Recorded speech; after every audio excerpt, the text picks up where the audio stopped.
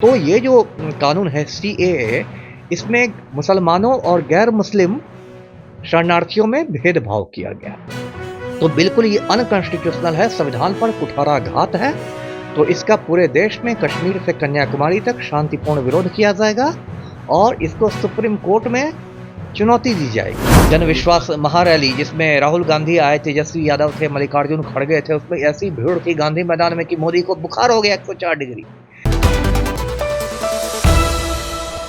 2019 में एक कानून पास होने वाला था सीए, लेकिन काफी विरोध होने के बाद वो पास नहीं हो पाया। लेकिन आज 2024 में जब इलेक्शन का वक्त आ चुका है, उस वक्त फिर से कहीं ना कहीं सीए को लागू कर दिया गया। इस पे हमारे साथ बात करने के लिए अमिताभ दास जी हैं, जो कि पूर्व आईपीएस हैं। इनसे बात करेंगे।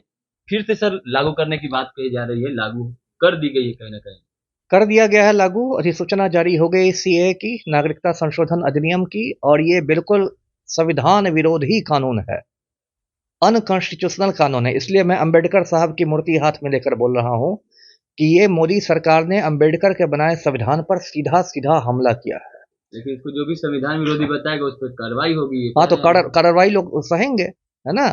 चुनाव में हो सकता है जनता कार्रवाई कर दे तो मोदी जी बेरोजगार हो जाए, ये भी तो हो सकता है। जनतंत्र है ना देश में, ये उत्तर कोरिया थोड़ी है। यदि Modi ji Kim Jong Un बनना चाहेंगे, उत्तरी कोरिया का तानाशाह, तो उनको तो जनता सबक सिखा देगी। बड़े बड़े तानाशाह दुनिया में मिट्टी में मिल गए, तो मोदी और अमित शाह किस खेत की मूली है। देखिए, मैं सारी बातें दर्शकों को बताता हूँ। भारत का जो संविधान है, जो हिंदुस्तान का आईन है, वो धर्मनिरपेक्ष है, सेक्युलर है।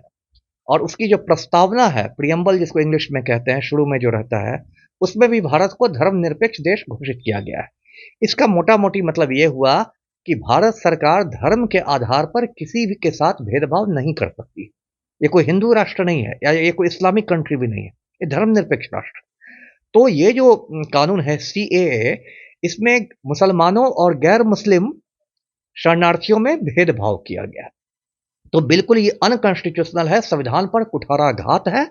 तो इसका पूरे देश में कश्मीर से कन्याकुमारी तक शांतिपूर्ण विरोध किया जाएगा और इसको सुप्रीम कोर्ट में चुनौती दी जाएगी।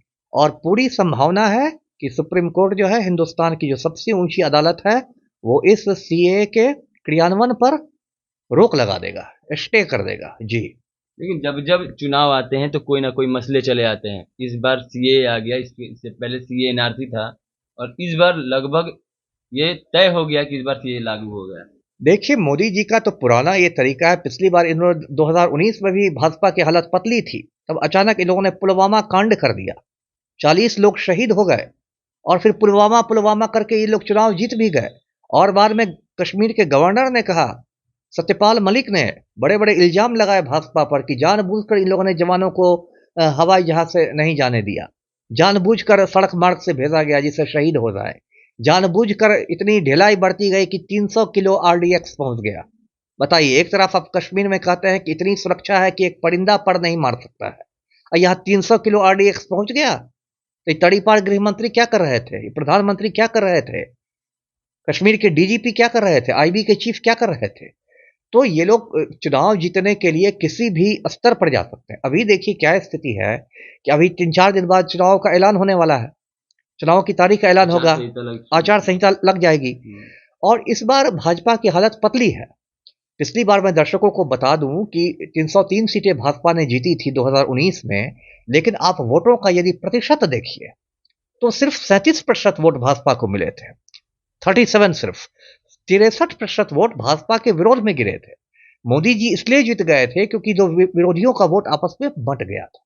इस बार वो बात नहीं होने जा रही।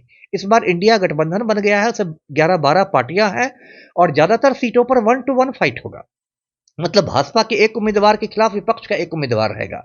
तो इस बार तो बहुत कठिन है डगर अपन घट की। तो पहले मोदी ने 12 जनवरी को वहां की अयोध्या में रामलला की प्राण प्रतिष्ठा की और सोचा कि इसी रामलहर में हम लोग निकाल लेंगे, लेकिन बात नहीं बनी। उसके बाद भी लगा कि मोदी विरोधी लहर बहुत मजबूत है। अभी तो पटना में 3 मार्च को ये हुआ जन विश्वास महारैली, जिसमें राहुल गांधी आए, तेजस्वी यादव थे, मल्लिकार्जुन खड़गे थे, उसमें ऐसी भीड़ थी गांधी मैदान में कि मोदी को बुखार हो गया 104 डिग्री।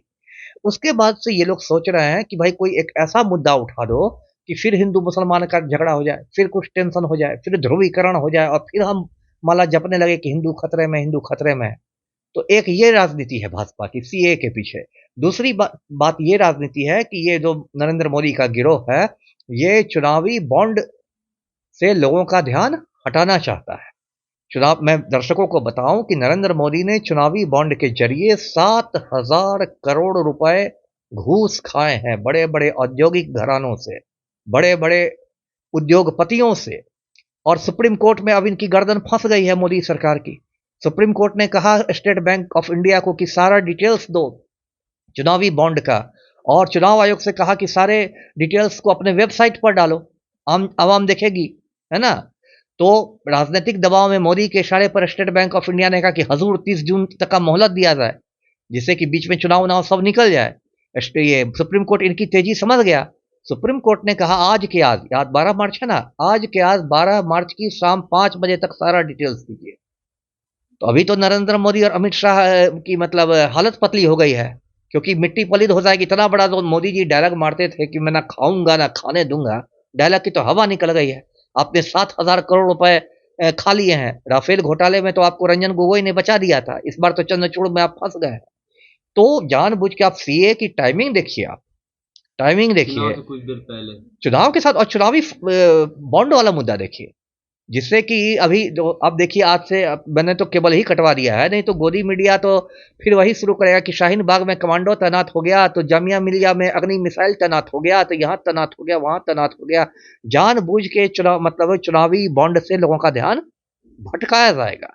इसकी राजनीति लोगों को समझना चाहिए। और फिर मैं कहता हूं कि सीए का विरोध होगा, शांतिपूर्ण विरोध होगा, और सुप्रीम कोर्ट में विरोध होगा। और जिस तरह कृषि कानून को वापस लेना पड़ा, मैं दर्शकों को याद दिला दूं, 3 कृषि कानून अडानी के हुक्म पर लाया था ना मोदी ने, किसानों का आंदोलन हुआ 13 महीने का, तीनों कृषि कानून को वापस लेना पड़ा। वैसे सीएए को भी वापस लेना पड़ेगा। ये संविधान विरोध नहीं चलेगा इस देश में।